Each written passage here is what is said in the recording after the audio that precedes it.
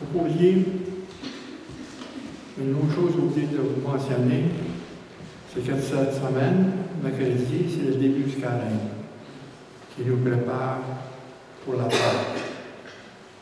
Le premier chant qu'on a fait un matin, on a parlé de la croix de Jésus. Cette croix qui a changé notre vie. C'est bon dans ces 40 jours de prier, jeûner et abstinence. Ça donne un pouvoir à la prière.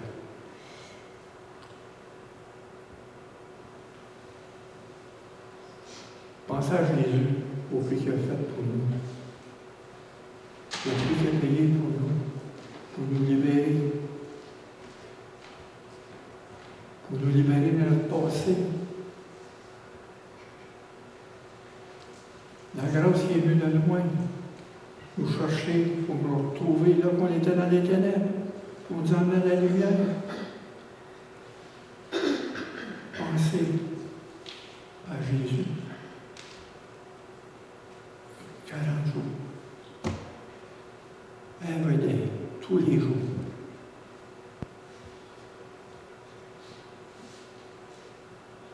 De prier,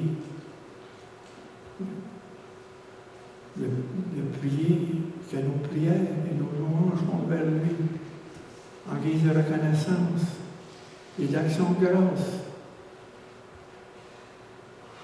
pour le précieux don qu'il nous a fait de sa vie. Qu'est-ce qu'il prépare pour vous dans ses promesses?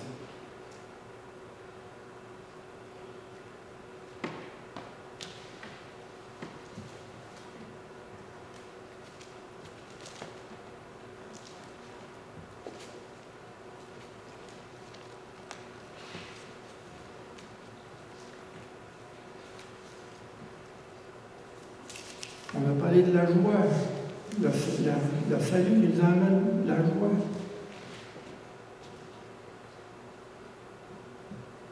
La joie, c'est Dieu qui l'a amené en nous. Parce que c'est lui qui a amené la foi en nous. Cette foi nous a donné cette joie.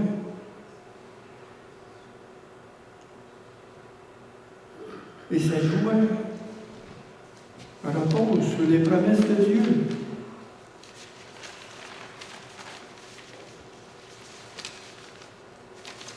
Sur l'espérance en des promesses de Dieu.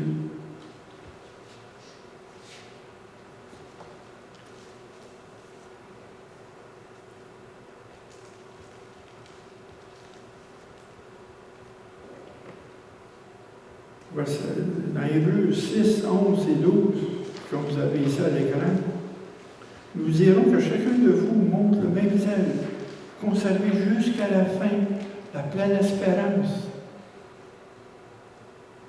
En sorte que vous ne relâchiez point et que vous imitiez ceux qui, par la foi et la persévérance, héritent les promesses de Dieu. Et au verset 19, cette espérance, nous la possédons comme une encre de l'âme, sûre et solide, et pénètre au-delà du voile.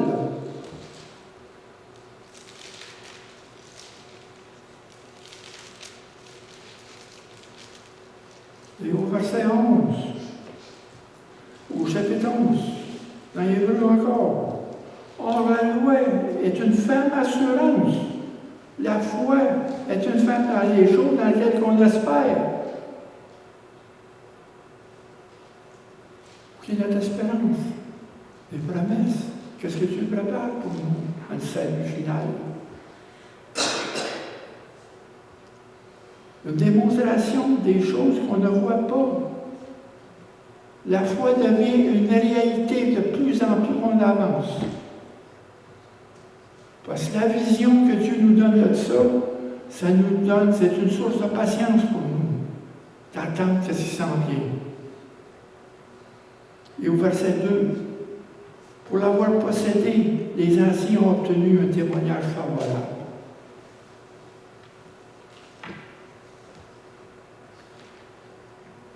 Comme il dit ici au verset 12, chapitre 6, en sorte que vous ne relâchiez point et que vous imitiez ceux qui, par la foi et la persévérance, héritent les promesses.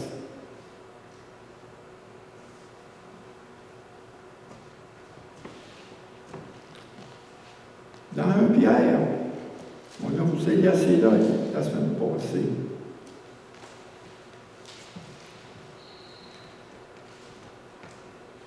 Au chapitre 4.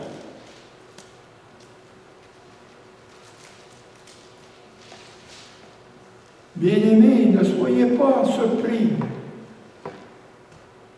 comme d'une chose étrange qui vous arrive de la fournaise qui est au milieu de vous pour vous éprouver. Réjouissez-vous, au contraire de la part que vous avez aux souffrances de Christ, afin que vous soyez aussi dans la joie et dans l'allégresse lorsque la gloire apparaîtra. On va dire quand Jésus va revenir nous chercher. Le salut final, la rédemption de nos corps.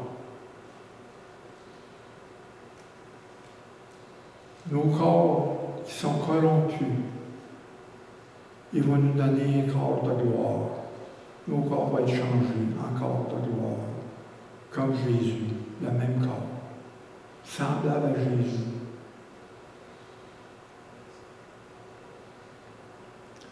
Si vous êtes outragés pour le nom de Christ, vous êtes heureux, parce que l'Esprit de gloire, l'Esprit de Dieu repose en vous.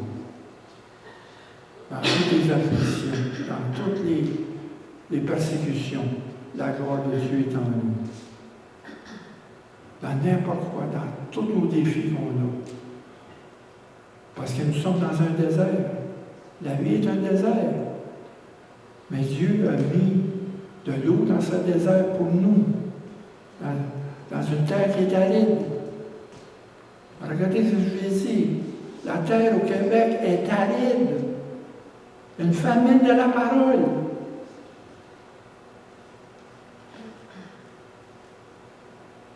On voit la foi juste par la religion. Mais la foi, c'est pas la religion qui va nous sauver, c'est Jésus-Christ qui va nous sauver. C'est son nom qui va nous sauver. Ceux qui vont invoquer le nom du Seigneur vont être sauvés. Parce que tout à l'heure, toute langue va être à genoux, va confesser son nom. Toute langue. Quand il va revenir. Jésus est au-dessus de toutes choses. Et toute chose est entretenue en lui. Colossiens 1, 17. Il est avant toute chose et au-dessus de toutes choses. Jésus, ce n'est pas une religion. C'est une personne qui vit en nous. C'est une relation qu'on a avec la personne qui est en nous.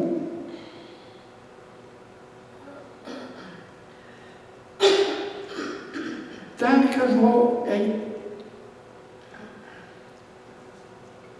que je vais marcher, tant que le Seigneur va me donner un souffle, je vais élever le nom de Jésus par-dessus toute chose. Et me battre contre la principauté de la religion. Dans laquelle les gens sont prisonniers. Prisonniers de la religion. Prisonniers. Ou à la fois en termes de la religion. Non. Jésus qui est en nous, c'est l'espoir qui est en nous. Une chose, je mets ça ici, là. Prenez chacun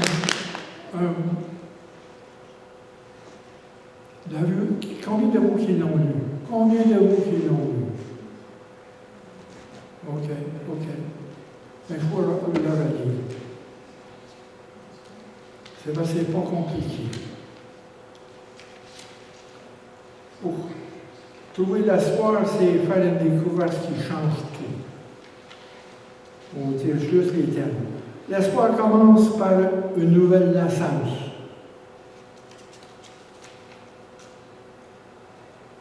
Trouver l'espoir, c'est trouver la source même de la vie.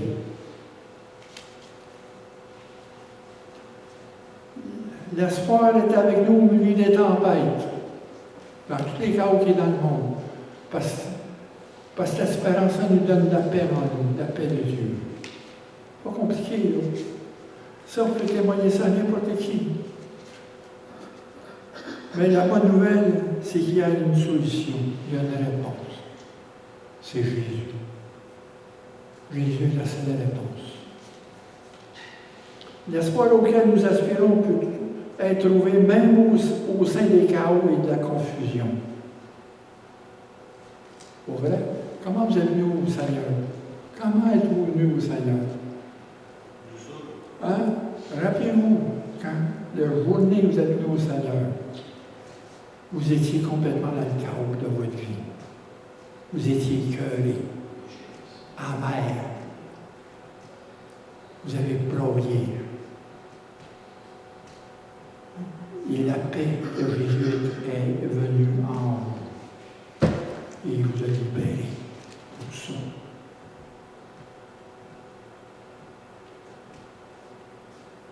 Moi, c'est ce qui m'est arrivé. Il mouillait assis au pied de la montagne, je suis sorti d'église, je broyais comme un veau. Je broyais. Puis je broyais en gros. Parce qu'il était en haut ici. C'est Jésus qui est notre espérance. C'est cette espérance qui amène en nous une joie profonde à travers toutes nos misères. Parce que la consolation de Dieu, les promesses de Dieu sont une consolation pour nous dans nos misères. La consolation de Dieu c'est par ses promesses.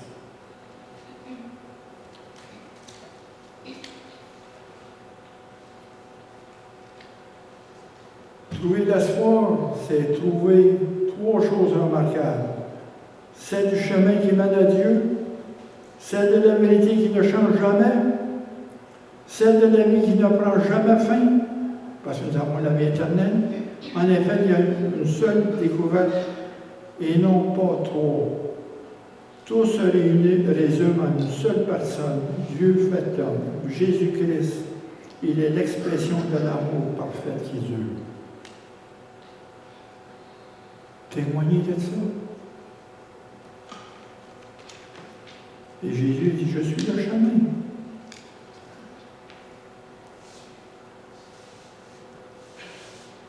Il y a celui qui est venu sur la croix, a donné l'espoir à toute l'humanité. Quand Jésus est mort sur la croix, il nous a apporté un espoir dans nous, une espérance pour toute l'humanité qui vient à lui. Car la prédication de la croix est une puissance pour tous ceux qui croient.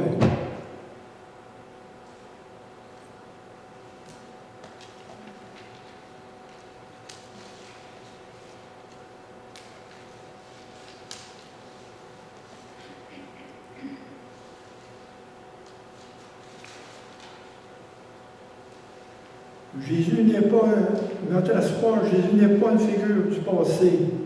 Il est bien vivant aujourd'hui. Il est avec nous. Je vous recommande de lire ça.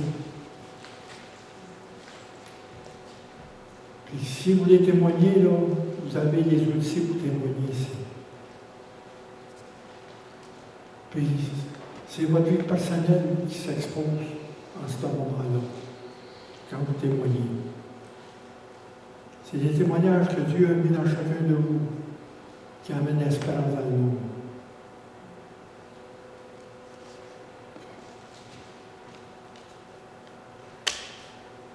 La joie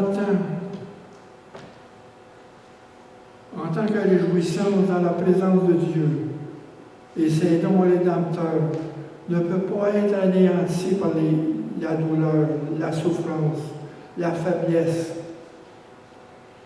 ou toutes circonstances difficiles, des épreuves. Cette joie ne peut pas être anéantie.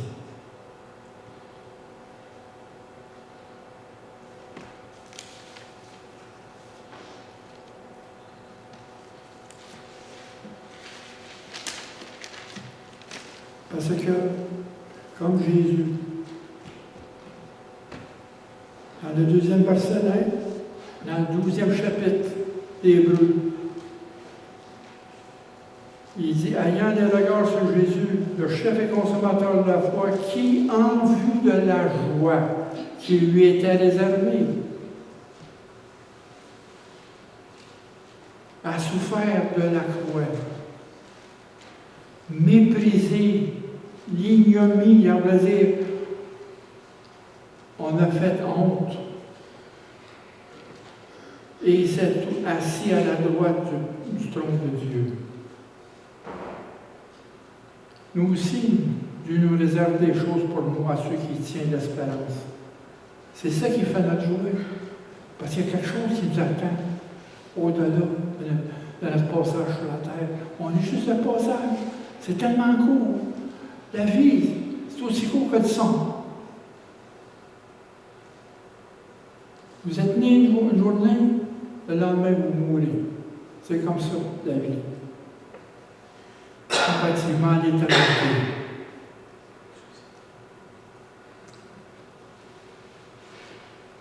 Quiconque, dans Hébreux 6, verset 9, quiconque, nous parlons ici, bien-aimés, nous attendons pour ce qui nous concerne des choses meilleures et favorables au Seigneur. C'est la même chose qu'ici tout à l'heure, en vue de la joie qui lui était réservée à souffrir de la croix. Nos souffrances, il y a une réjouissance à travers, parce que Dieu est avec nous. Dieu est dans nos faiblesses. C'est un Dieu de consolation. C'est pour ça qu'il nous a donné un consolateur, le Paraclet, l'Esprit Saint. Oh, c'est la foi. L'amour, la clé, c'est la foi qui nous donne cette espérance-là. C'est la foi qui nous garde cette joie-là en nous. Parce qu'on croit à Dieu. Il y a une différence de croire en Dieu et croire Dieu. Car le démon croit Dieu, croit en Dieu. Mais croire Dieu pour votre vie, c'est notre paire de manche. Êtes-vous à un moment donné à tout donner à lui?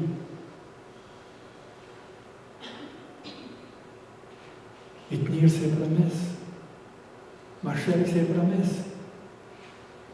Prier pour ses promesses. Confronter Dieu avec ses promesses. Oui, Dieu va être confronté avec ses promesses. Parce que ses promesses, ça s'est fait par le sang de Jésus. Le sang qui a amené la nouvelle alliance. Quand il y a une alliance en deux parties, ça s'est fait avec le sang. Qu'est-ce qui est à moi est à toi. Mes ennemis sont mes ennemis. Mes amis sont tes amis. C'est ça que ça se fait. Dieu a prêté fidélité.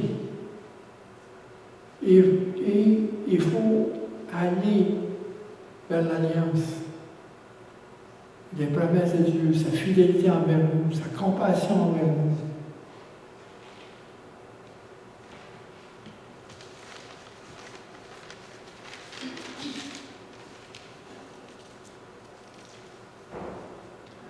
Comme il dit, je suis avec vous tous les jours jusqu'à la fin du monde.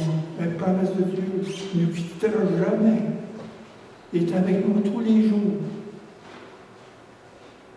Du matin jusqu'au soir. Il veille même sur notre sommeil.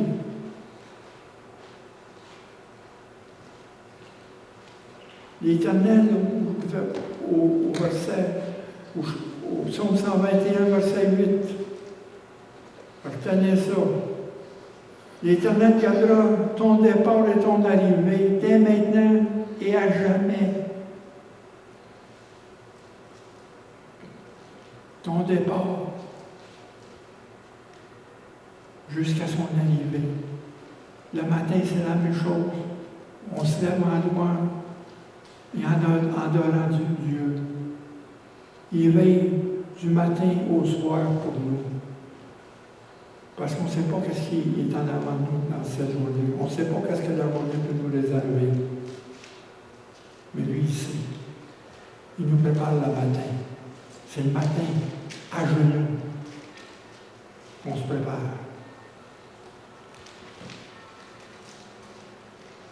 Que la présence de Dieu en nous est un privilège. Parce qu'il nous a accordé sa miséricorde. Il accorde la miséricorde à celui qui ouvre.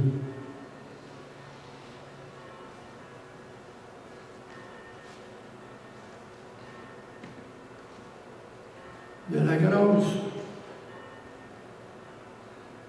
nous avons sa puissance en nous.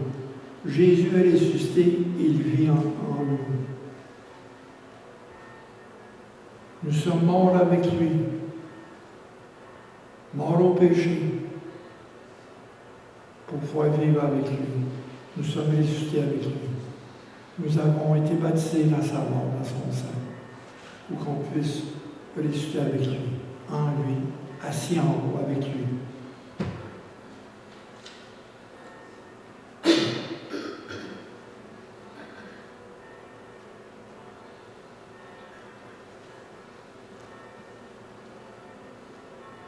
Il demande à tout le matin. Il faut demander à tout le matin. Seigneur Jésus, aide-moi à ne pas oublier ce que tu as fait pour moi. Aide-moi. Que ta mémoire, tes mains qui sont souillées, tes bras étendus, pendus sur la croix pendant 6 heures au bout de ton souffle. 6 heures. Méprisé de toute la foule. À part de Jean et les femmes, la mère de Jésus qui est au pied de la croix, qui avait le cœur percé devant les souffrances de Jésus. Marie était au pied de la croix avec Jean. C'est toutes les images que j'ai ici. Quand vous regardez parallèlement là, Matthieu, Luc et Marc et Jean, toutes les séquences de la passion de Jésus.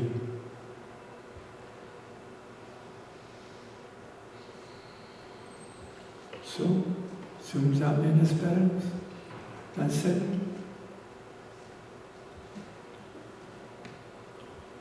il veille sur nous comme un berger. Il s'intéresse personnellement à chacun de ses brebis. Il est avec nous dans la présence du Saint-Esprit et aussi par le moyen de sa parole. Vous voyez ça dans Jean 14. Car nous avons son esprit en nous et par sa parole. Il est présent là. La parole est vivante, elle n'est pas morte pour ceux qui ont l'Esprit Saint. On voit la profondeur de la parole. Cette parole-là s'éprouve en nous parce qu'elle vit en nous. Jésus est en nous, Jésus est la parole.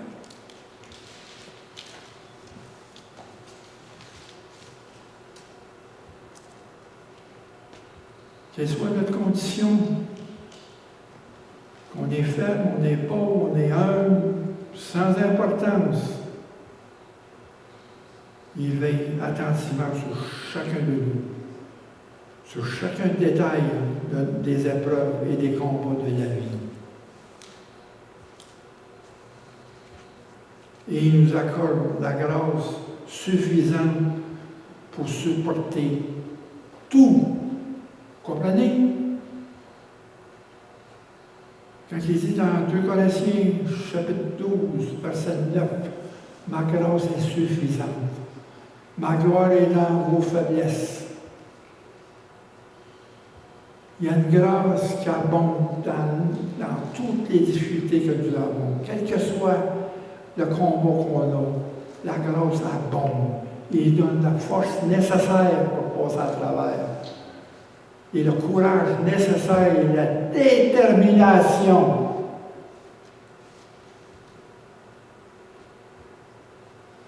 Oui, sa grâce suffit pour supporter tout.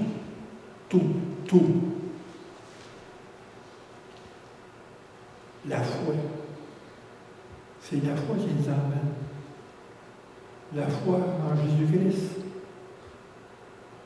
C'est la foi, c'est la clé. C'est ça qui nous ouvre.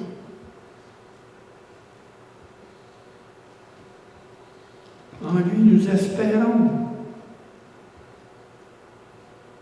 Et nous avons la certitude du salut, lequel qui nous prépare.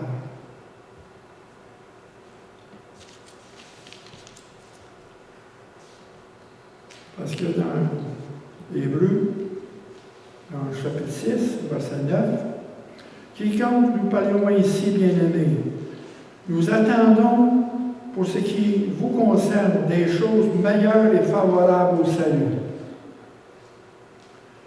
Et la même chose, il répète dans le chapitre 10, dans Hébreux, verset 23,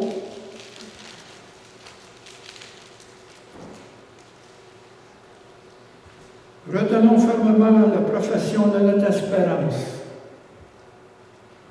car celui qui a fait la promesse est fidèle. Point.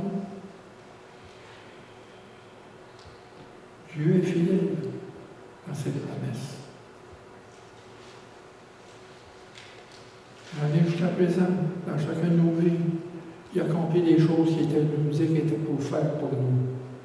Il en est jusqu'à présent. Et il n'est pas fini. Il y a d'autres choses qui vont venir encore.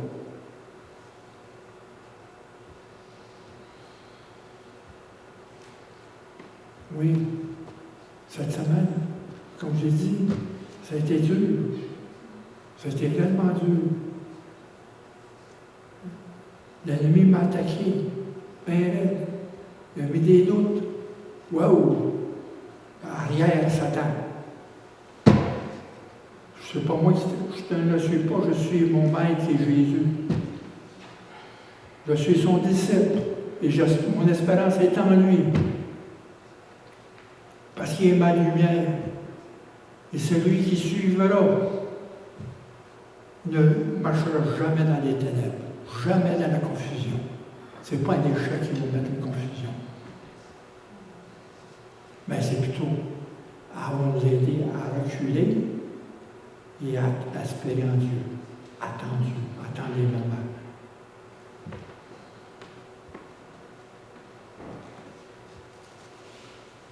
Dieu nous invite à saisir l'espérance qu'il a proposée en Christ, de tenir ferme dans l'espérance. C'est ça. Enfin, il dit dans le chapitre 6, au verset 6, 17, 18 et 19. C'est pourquoi Dieu voulant montrer avec toute évidence aux héritiers de la promesse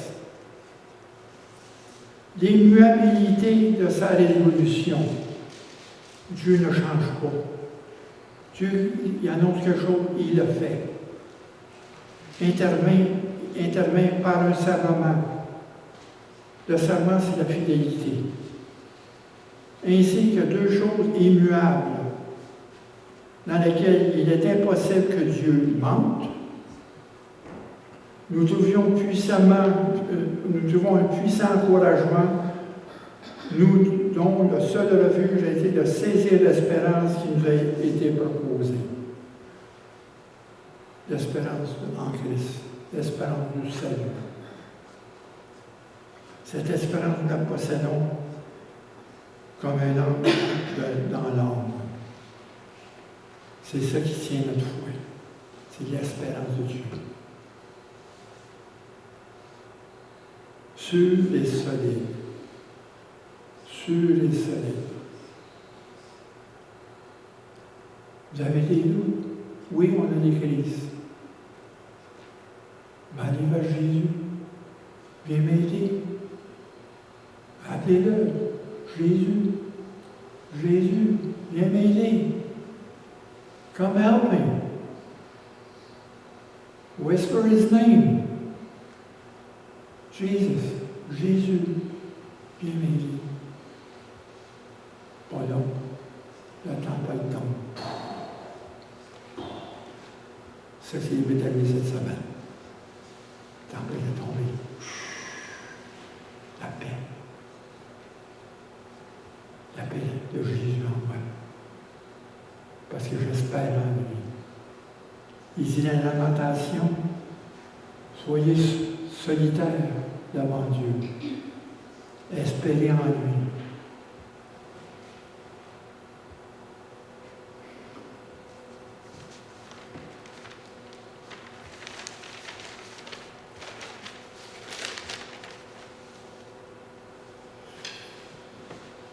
Dieu est notre refuge. Dieu est notre rocher dans lequel nous avons un refuge. Dieu est un rocher pour nous, dans lequel nous avons, dans le creux du rocher, comme Élie, qui était dans le creux du rocher, qui a vu passer toutes sortes d'éléments devant lui. La foudre, le tonnerre, les éclairs. Élie était dans le creux du rocher. Et Dieu était son rocher. Et dans le calme, il a entendu le murmure. Dans le calme. That's it.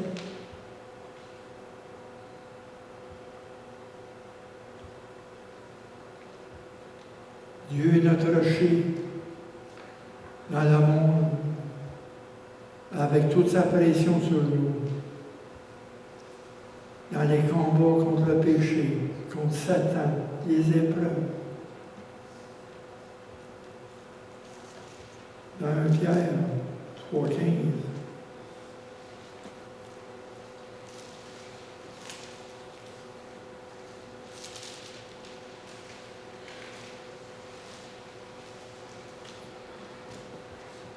Pierre 3,15, il dit, mais sanctifiez dans vos cœurs Christ le Sauveur, le Seigneur. Sanctifiez dans vos cœurs. Quand je l'ai dit tout à l'heure, il est au-dessus de toutes choses et avant toutes choses. Que vous mettez une place importante au Christ en vous, dans vos cœurs. Sanctifiez, mettez-le à part pour vous. Il est au-dessus de toutes choses et avant toutes choses. Étant toujours prêt à vous défendre, c'est ce qu'il dit. Christ le Seigneur étant toujours prêt à vous défendre. Avec douceur et respect devant quiconque demande raison de l'espérance qui est en vous. Hein? Qu'est-ce qu'il dit, le psaume 46?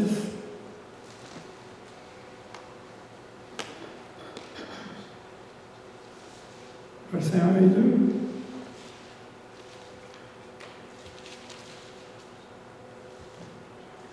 Dieu est pour nous un refuge et un appui, un secours qui ne manque jamais dans la détresse.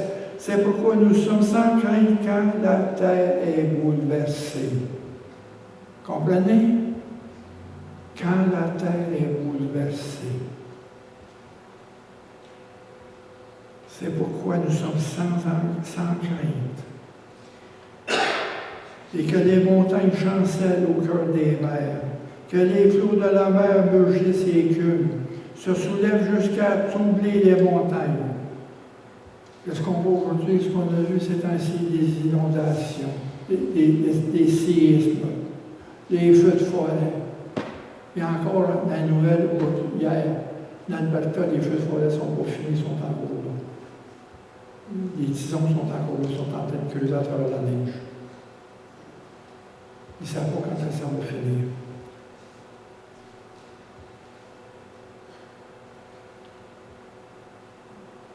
Au verset 5. Il est un fleuve. Ça, j'aime ça, ce chant-là. Il est un fleuve dont les courants réjouissent la cité de Dieu. le sanctuaire du demeure du Très-Haut. Dieu est au milieu d'elle, elle n'est point ébranlée. Dieu secourt de l'aube jusqu'au matin. Les nations s'agitent et les royaumes s'ébranlent. Il fait entendre sa voix et la terre fond d'épouvante. Oui, il y a un fleuve qui coule. C'est la grâce de Dieu. C'est la puissance que Dieu emmène par sa grâce en nous. C'est sa paix qui est en nous. Cette paix-là est encore nous à travers ces carreaux. Qu'est-ce qu'on voit dans le monde? Les nouvelles. Il ne faut pas se mettre la tête dans le sable et dire, ben, je n'écoute pas les nouvelles. Il ne faut pas se faire pas comme un autruche. Il faut savoir qu'est-ce qui se passe. Il faut savoir qu'est-ce que Dieu fait. Il éprouve la terre au complet. Il éprouve les nations. C'est Dieu qui éprouve. C'est Dieu qui permet ces choses-là.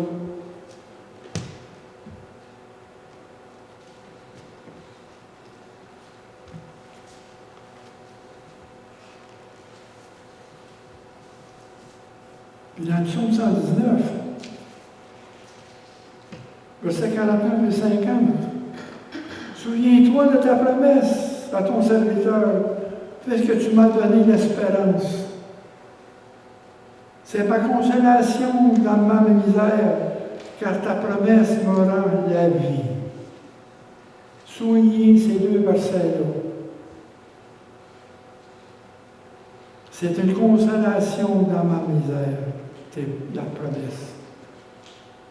Dieu est fidèle. Jésus est la raison de notre espérance. Dans un monde brisé, qui est voué à une perte certaine. Jésus est notre foi. Jésus est l'espérance vivante en nous. Ce n'est pas une espérance qui est morte. Ce n'est pas un vendeur d'assurance.